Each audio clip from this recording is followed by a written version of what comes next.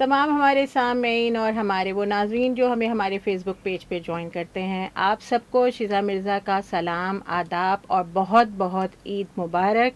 اور جو مجھے فیس بک پہ دیکھ رہے ہیں ان کو اندازہ ہے کہ آج اس عید کے موقع پہ، اس پرمسرت موقع پہ میں اکیلی نہیں ہوں، میرے ساتھ ایک بہت قابل قدر، ایک قابل احترام میرے لیے ایک شخصیت میرے ساتھ بیٹھے ہوئے ہیں، ان کا میں تعارف آپ سے ضرور کرواؤں گی۔ لیکن اس سے پہلے تھوڑا عید کے حوالے سے بس یہی کہنا چاہوں گی کہ امید ہے آپ لوگوں نے قربانی کا فریضہ اس کی روح کو مد نظر رکھتے ہوئے ادا کیا ہوگا، اور مختصراً یہی کہ جو اس حوالے سے احتیاطی تدابیر اور صفائی کے حوالے سے خاص طور پہ ہمارے اس پلیٹ فارم سے گاہے بگاہے آپ لوگوں کو پیغامات دیے جا رہے ہیں، آپ اس کو فالو کریں ضرور، اور کھانے میں اعتدال پسندی کو ضرور ملحوظ خاطر رکھیں تاکہ اپنی صحت سے بڑھ کر آپ کے لیے کوئی چیز نہیں ہے۔ تو آپ کو یہ بھی پتہ ہے کہ آپ نے ہمیں کیسے ہمارے ساتھ اس محفل میں شامل ہونا ہے، اور آپ نے ہمارے نمبرز آپ کو پتہ ہیں 0315000824، اور اگر نمبر نہیں مل رہا ہے تو آپ میسیجز کریں، اور میسیجز کا بھی طریقہ آپ جانتے ہیں کہ بڑا آسان، آپ نے SPR لکھنا ہے، اسپیس دے کے اپنا نام، اپنے شہر کا نام، اپنا پیغام لکھنا ہے، اور اس کو آپ نے بھیجنا ہے 8881 یعنی 8881 پہ۔ اور فیس بک فیملی ہے جو ہمیں بڑے بھرپور طریقے سے جوائن کرتی ہے، ان کا مجھے انتظار بھی رہتا ہے۔ تو عید کے موقع پہ مجھے ضرور یہ امید ہے کہ اس وقت بھی آپ لوگ ہمارے ساتھ بھرپور طریقے سے ہماری اس محفل میں شریک ہوں گے۔ اور اب میں چاہوں گی کہ میں تعارف کرواؤں اپنی مہمان شخصیت کا۔ ان کا حوالہ اس طرح سے بہت زیادہ مناسب رہے گا کہ کراچی شہر کی ایک ایسی سماجی اور ادبی شخصیت ہیں یہ کہ جو منظر عام پہ اس طرح نہیں آئے، نہ آنا چاہتے ہیں، لیکن ہم انہیں بہرحال گھیر کے لے آئے ہیں۔ اور بڑا ان کا تعلق ہے جو کراچی کی اصل روح تھی اس زمانے سے، اور جو کراچی کی جو ابھی بھی جو ادبی جتنی بھی ہم خاص طور پہ ادبی، میں اس لیے کہہ رہی ہوں کہ ہمیں یہ لگتا ہے کہ ایسی تقریبات یا ایسی محافل یا ایسے ایکٹیویٹیز جو ہیں وہ اتنی دیکھنے میں نہیں یا سننے میں نہیں آتی، لیکن جو یہ شخصیت ہیں یہ ان میں بھرپور طریقے سے شامل رہتے ہیں، اور بڑے بہت نامی گرامی ہم اثر ان کے ساتھ شخصیات، ان کا تعلق ان سے رہا۔ تو تھوڑا میں چاہوں گی کہ ہم ان سے بھی اس حوالے سے بھی ان سے ضرور بات کریں گے۔ میرے ساتھ ہیں جناب شکیل اسلم صاحب، آپ کو بہت عید مبارک اور بہت خوش آمدید۔ وعلیکم السلام، آپ سب کو بھی مبارک، اور آپ کے ذریعے سے آپ کے سننے والوں اور دیکھنے والوں کو بھی بہت بہت عید مبارک ہو۔ اور آپ نے بالکل صحیح پیغام دیا کہ قربانی اس عید پر یقیناً فریضہ ہے، اور اس کو اسی اسپرٹ سے کرنا چاہیے۔ بالکل، اور یہ بھی صحیح ہے کہ کھانے میں اور صفائی میں اس میں بڑا محتاط ہونا چاہیے، کیونکہ اس تہوار پہ سب سے زیادہ جو ایک دوسرے کو شکایت ہوتی ہے لوگوں کو، وہ صفائی سے متعلق ہوتی ہے۔ یہ آپ نے بالکل صحیح کہا کہ یہ ذرا، اور پھر کھا کے پھر آدمی پریشان ہوتا ہے زیادہ کھا کے۔ بالکل بالکل۔ تو شکیل صاحب، میں آپ سے یہ جاننا چاہوں گی، کیونکہ عید کا ظاہر بات ہے موقع ہے، اور جو آپ نے ایک وقت گزارا ہے، میں چاہوں گی کہ اس مختصر وقت میں اپنے سامعین تک کچھ آپ کی جو تجربات ہیں، آپ کی جو یادیں ہیں بڑی حسین آئی ایم شیور، تو وہ میں چاہوں گی کہ آپ ضرور شیئر کریں ان سے، آپ کے اپنے زمانے کی، پہلے تو بچپن کی عید کا احوال کیا، کیونکہ اب میں اور اس وقت میں کیا فرق آپ کو پھر نظر آتا ہے؟ اصل میں اس وقت تو یہ دیکھیں اس وقت جب ہم بچے تھے اور ہم نے ہوش سنبھالا، وہ اس میں ایک تو یہ کہ لوگ محدود تھے، خاندان محدود تھے، شہر کم تھا، صاف ستھرا تھا، چھوٹا شہر تھا، تو اس میں اور پھر جذبہ بالکل بچپن کا دوسرا ہوتا ہے عید کا، اور بڑا اٹریکشن ہوتا ہے اس عید میں جانوروں کا۔ بالکل، اگر گائے آ رہی ہے اور یا آپ کے پاس بکرا ہے تو عموماً بچوں میں یہ شوق ہوتا ہے کہ بچوں اس کو ٹہلا لائیں، جانور کو اس کو چارہ دیں اپنے ہاتھ سے۔ اچھا، ایک اور جو بڑی دلچسپ ہمارے زمانے میں بات ہوتی تھی کہ وہ اب تو بہت عام ہو گئی ہے، تقریباً ہر جگہ ہوتا ہے، کہ اونٹ کی قربانی۔ جی، ہم جب بچے تھے تو اونٹ کی قربانی صرف ایک جگہ پر بنس روڈ پہ ہوا کرتی تھی، صحیح. تو وہ اور وہ بھی تیسرے دن ہوتی تھی عید کے, تو اس کو اس طرح جا کے دیکھا کرتے تھے کہ جیسے کوئی ایک بڑا ایونٹ ہے, بہت بڑا ایونٹ, اور واقعی بھی ہم دیکھنے کے لیے لحاظ سے کہ کس طریقے سے اس کو کرایا جاتا ہے, کس طرح اس کی قربانی ہوتی ہے, تو وہ بڑا بھرپور وہ تجربہ تھا. لیکن جہاں تک یہ عید کے تعلق ہے تو ظاہر ہے آج بھی شاید بچے اسی شوق و ذوق سے جانوروں کا بھی انتظار کرتے ہوں گے, اور اس کو ان کا ٹریٹمنٹ بھی ان کے ساتھ ویسی ہوتا ہوگا, ان کو ٹہلاتے بھی ہوں گے, ایک چارہ بھی دیتے ہوں گے.